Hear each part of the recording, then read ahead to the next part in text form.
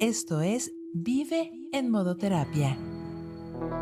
Un espacio para pausar el ruido, escucharte y reconectar contigo.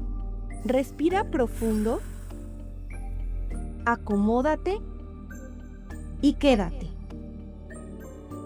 Soy Claudia Segrove y este es tu momento para volver a ti. Vive en Modo Terapia, un espacio seguro para pausar, sentir y sanar.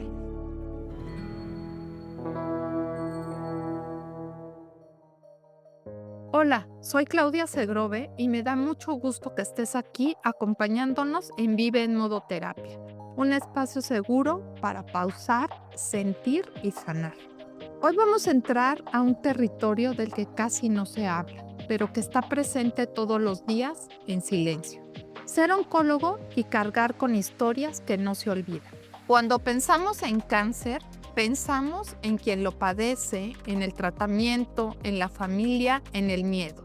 Pero pocas veces nos detenemos a mirar a quien está del otro lado del proceso, a quien sostiene conversaciones que nadie quiere tener, a quien acompaña decisiones difíciles y a quien muchas veces se queda con fragmentos de historias que no se pueden archivar ni olvidar. Porque hay algo que no siempre vemos. La medicina también deja huella en quien la ejerce. Hoy vamos a hablar de eso, del impacto emocional de ser oncólogo, de lo que se queda después de cada consulta, de cómo se construye fortaleza sin dejar de sentir. Si alguna vez te has preguntado qué pasa con quien acompaña la enfermedad o si hoy estás viviendo un proceso cercano al cáncer, este episodio es para ti.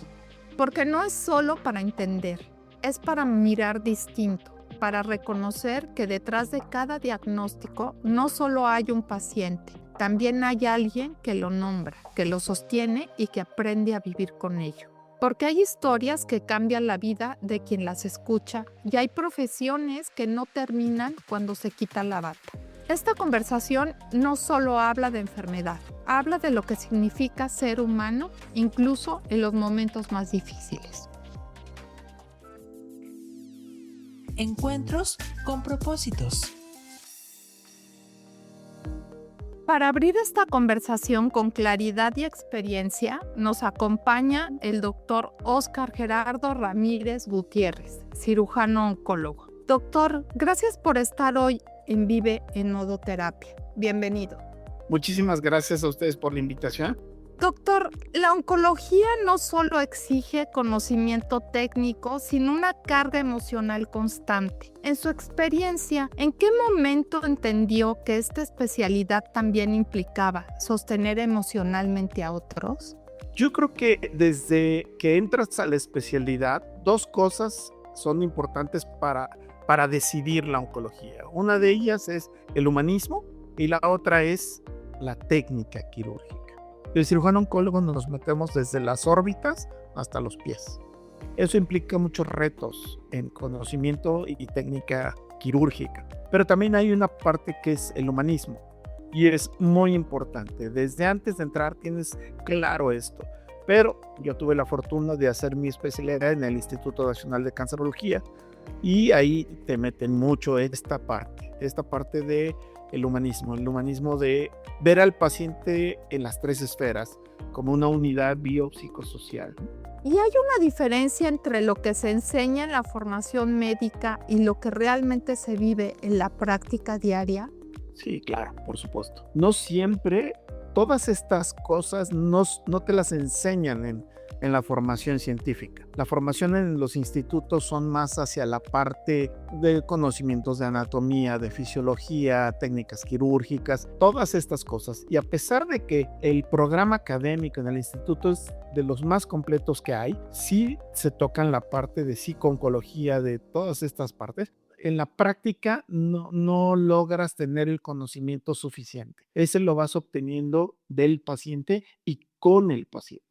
Doctor, ¿cuántos años lleva en la práctica de cirugía oncológica? Yo salí en el 2002, tengo 24 años.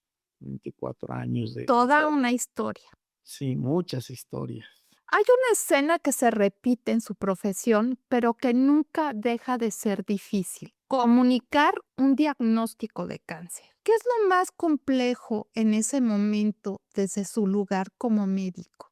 Yo tengo una mística de trabajo. Yo a mi paciente le voy a comunicar las cosas lo más claro, lo más corto y aclarando todas sus dudas y lo más directo posible. ¿Por qué? Porque eso le va a permitir al paciente no llenarlo de conocimiento, no llenarlo de información, y eso le va a ayudar a tomar una decisión de una forma más fácil. Cuando nosotros le comunicamos a un paciente que tiene cáncer, en este momento el paciente, sus barreras, deja de escuchar. Esto es muy común. Entonces, si yo le empiezo a decir, mire, vamos, y su etapa clínica es esta, y le empiezo a explicar conocimientos médicos, él ya no me está escuchando. En el momento en que escuchan la palabra cáncer, en ese momento tú tienes que ver cómo reacciona el paciente y en base a eso la información más clara y concisa posible para poderle decir, esto es tu diagnóstico, pero estas son tus opciones. Entonces, eso le ayuda a él a escuchar cuando ya le vas a decir opciones con más claridad y las dudas las resolvemos después. ¿Y se aprende a dar este tipo de noticias o cada vez se vive distinto? No, siempre es distinto. Por supuesto que tienes un aprendizaje. Por supuesto que con cada paciente es diferente. Hay pacientes que lo van a tomar como una tragedia. Hoy en día, la palabra cáncer da mucho miedo. El paciente cree que es una sentencia de muerte y ya no lo es, ya no es así. El cáncer, sí, en un momento era, te da cáncer y te vas a morir de eso. Hoy ya no es así. Entonces, cada vez que damos esta noticia, el paciente entiende que se va a morir de eso. Entonces, Ujú. cuando ya le empiezas a hablar de las opciones que tiene, se empieza a abrir un panorama, pero Ujú. cada paciente es distinto. Hay pacientes que se desmoronan con la noticia y hay pacientes que inmediatamente su siguiente pregunta es, ¿y qué vamos a hacer? Y normalmente los pacientes van acompañados de sus familiares o de alguien. Que la mayoría de las veces sí, En su experiencia, ¿quién se pone peor? O sea, ¿quién el impacto es mayor, el paciente o la familia? depende. También. Depende de qué miembro de la familia es. Normalmente, si es la cabeza, el hombre, el sostén de la familia, el que tiene el cáncer, él inmediatamente pregunta, ¿y cuáles son mis opciones? Si es la mamá o un hijo, el escenario es totalmente distinto. ¿Y a partir de qué edad usted atiende? Yo Niños, ¿no? tuve algunas situaciones en las que tuve que ayudarle a algún cirujano pediatra que no era oncólogo, y operar a algunos niños, pero no, yo no, con niños no. Esa sí es una parte que yo no puedo. La oncología pediátrica me pega mucho. No, yo no podría. Yo atiendo adultos. Con el paso del tiempo, los pacientes pasan, pero algunas historias yo creo que permanecen. ¿Qué tipo de casos son los que más tienden a quedarse con usted? No es tanto el tipo de cáncer, sino el tipo de persona. Okey. Yo tengo historias maravillosas, maravillosas de pacientes, grandes amigos, son amistades que se hicieron a raíz de un diagnóstico de cáncer. Pacientes hoy vienen a comer aquí a tu casa y somos grandes amigos. Te puedo contar una historia de una paciente. Cuando estaba yo, ya no estoy yo en institución pública, pero cuando estaba yo en la institución pública, pues mis residentes veían que yo operaba y les gustaba cómo operaba. Entonces hubo una paciente que la residente me dijo, doctor, necesito que vea a esta paciente. ¿Por qué? ¿Qué pasó? Le pidieron interconsulta al oncólogo de ayer en la tarde y le dijo a la paciente que se fuera a morir a su casa. Y tiene un tumor renal que yo he visto que usted opera esos tumores y les va bien a los pacientes. Un tumor renal muy grande. Fui, le dije, no, éticamente yo no puedo intervenir, ya la vio un oncólogo de la misma institución, del mismo servicio, pues no puedo intervenir. Fue tanta la insistencia de esa residente, lo cual agradezco el día de hoy. Fue tanta la insistencia que terminé yendo a ver a la paciente. Cuando ve a la paciente, ya la habían convencido de irse a su casa, su familia. O sea, tuvieron toda la noche en el hospital para convencerla de que lo mejor era irse a esperar la muerte a su casa. Y entonces llego yo con otro panorama, obviamente después de ver los estudios, las imágenes y todo eso, y le dije, bueno, yo soy el doctor Ramírez, sé que vino a verte el doctor de ayer, pero te traigo otra propuesta. Entonces, la mitad de la familia me vio con odio, la mitad de la familia me vio con esperanza. Los familiares sí pusieron así como el grito en el cielo, con toda razón, por decir, ¿por qué no se ponen de acuerdo en un servicio y me están dando otra información? Me pasé toda la noche convenciendo a mi mamá de que era lo mejor irnos. Pues desgraciadamente te tengo otra propuesta. Entonces, esta paciente me dice, ¿y qué propone usted? Y le dije, yo te propongo embolizarte el tumor. Embolizarte el tumor es que le hicieran un procedimiento en el cual le cortan la circulación al tumor. Esto hace que yo en la cirugía tenga menos sangrado, tenga más control y se pueda hacer las cosas. Entonces, embolizarte el tumor y mañana operarte, o sea, al día siguiente operar. Sí, por supuesto, tuve respuestas agresivas, respuestas de esperanza por parte de la familia, y les dije, ¿por qué no hacemos una cosa? ¿Por qué no te vas a tu casa y te doy una cita conmigo en 10 días? Lo piensas, lo platicas con tu familia y me dices. Entonces, el día de la consulta, te prometo que no eran menos de 12 o 15 familiares. Entonces entraron todos, unos viéndome con odio, otros viéndome con esperanza. Y le dije, ¿cuáles eran las opciones? ¿Cuál era el plan?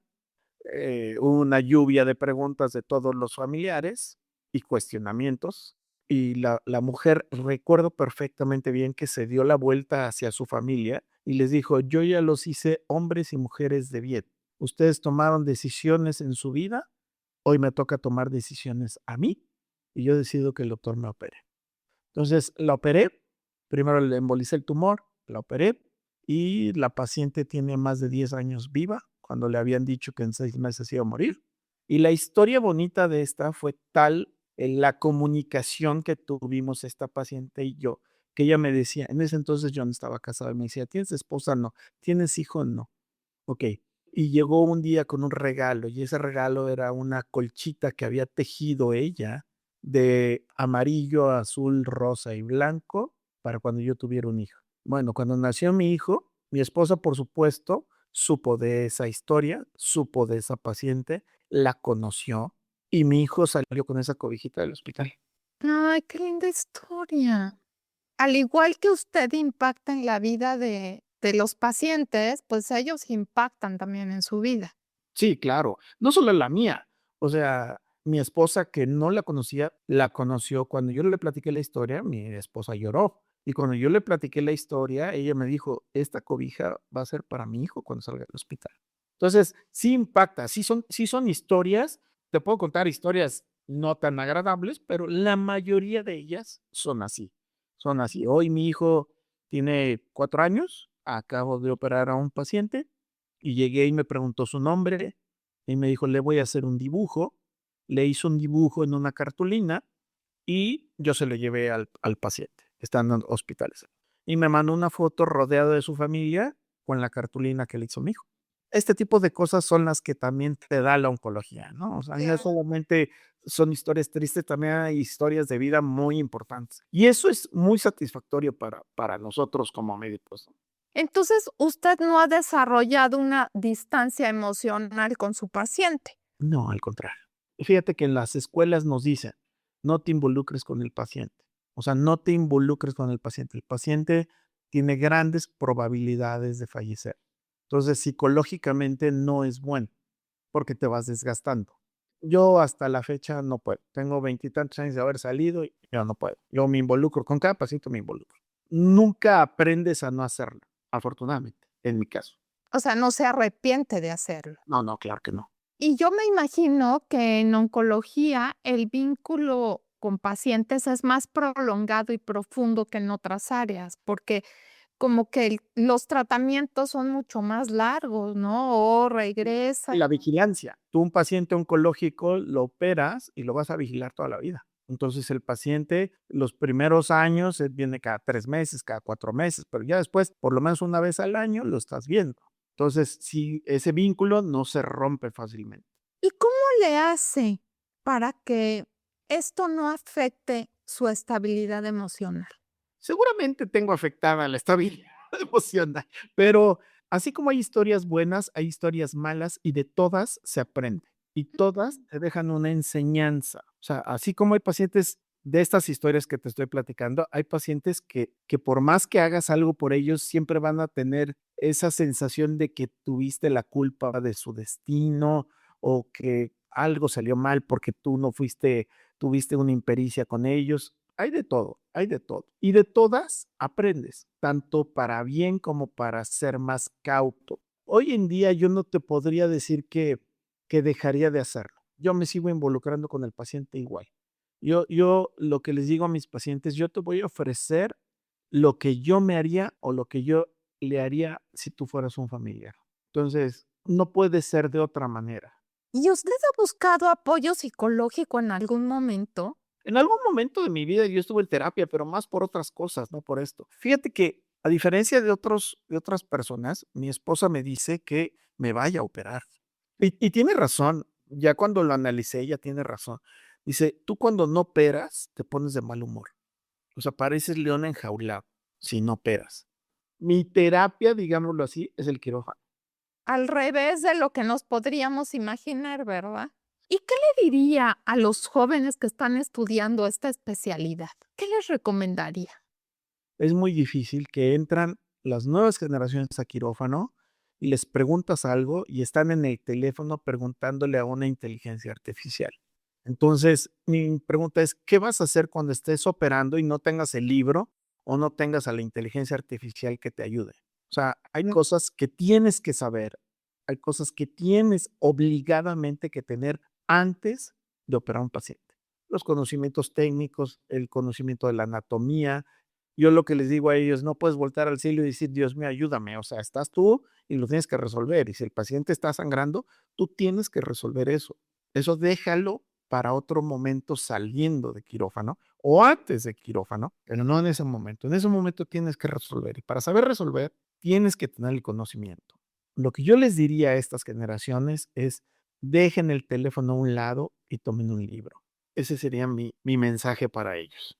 Y desde el punto de vista emocional, ¿qué les diría? Involúcrate. Este viaje es maravilloso si tú te llevas las historias de vida de los pacientes. ¿Puede ser muy pesado? Sí.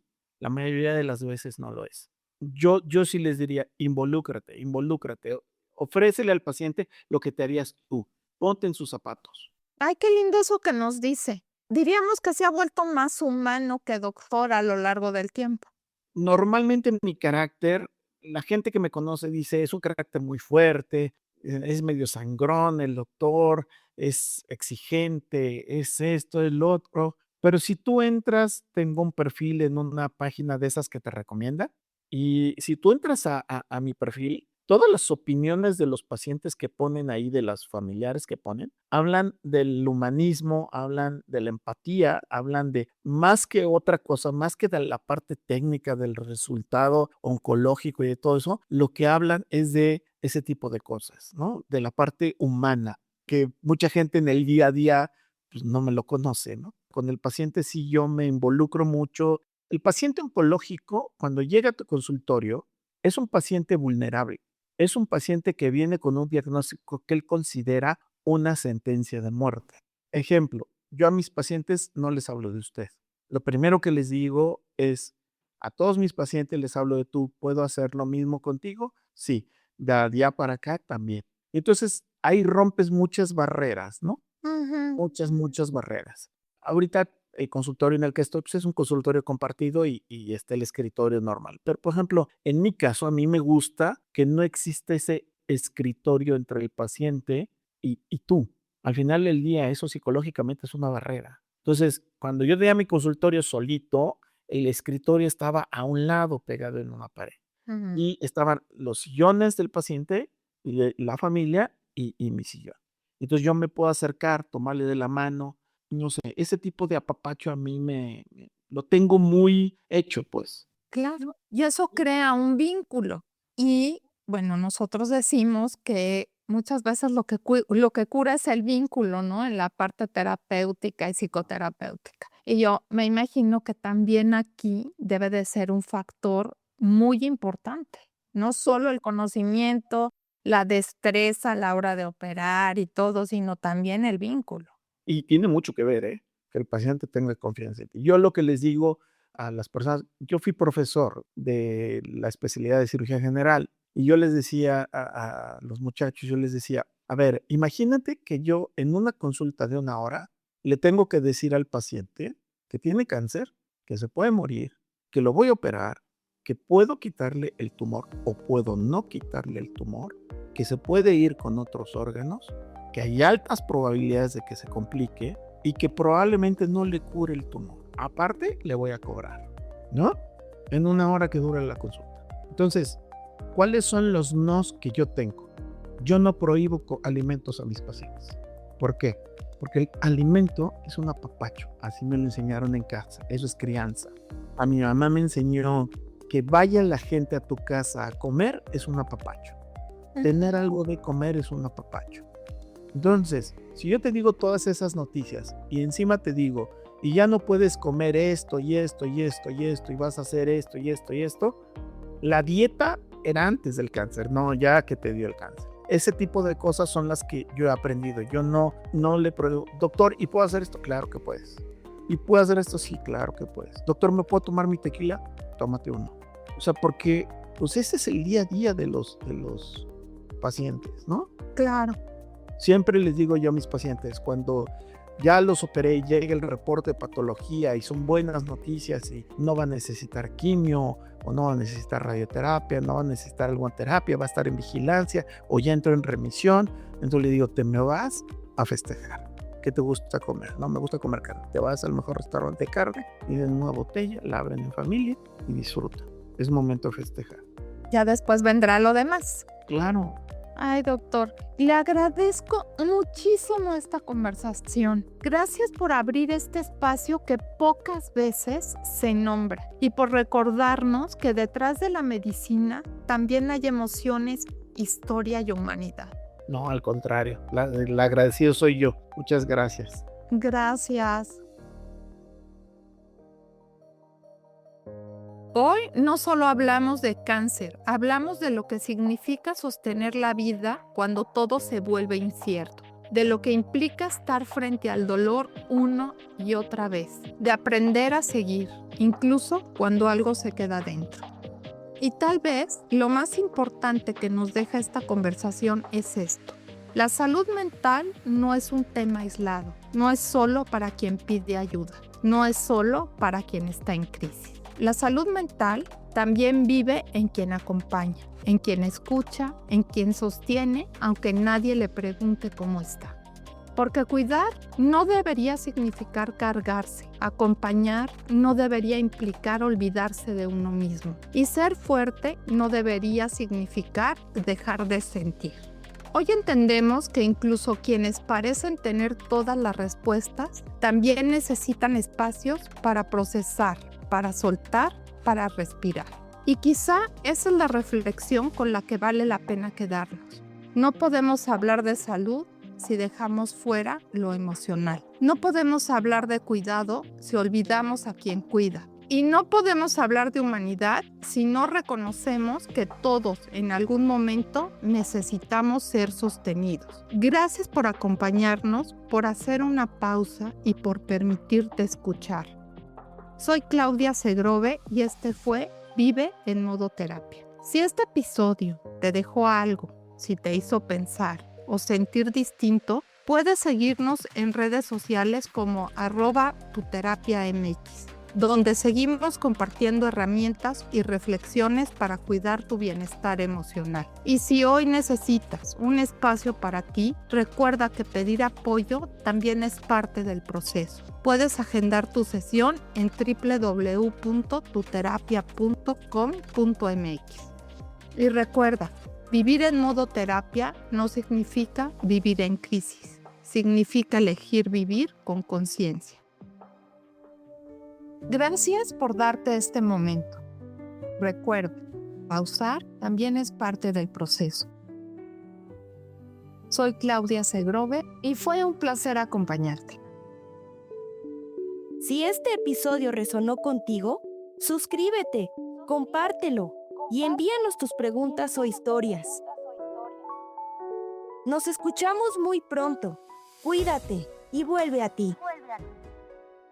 Vive en modo terapia, un espacio seguro para pausar, sentir y sanar.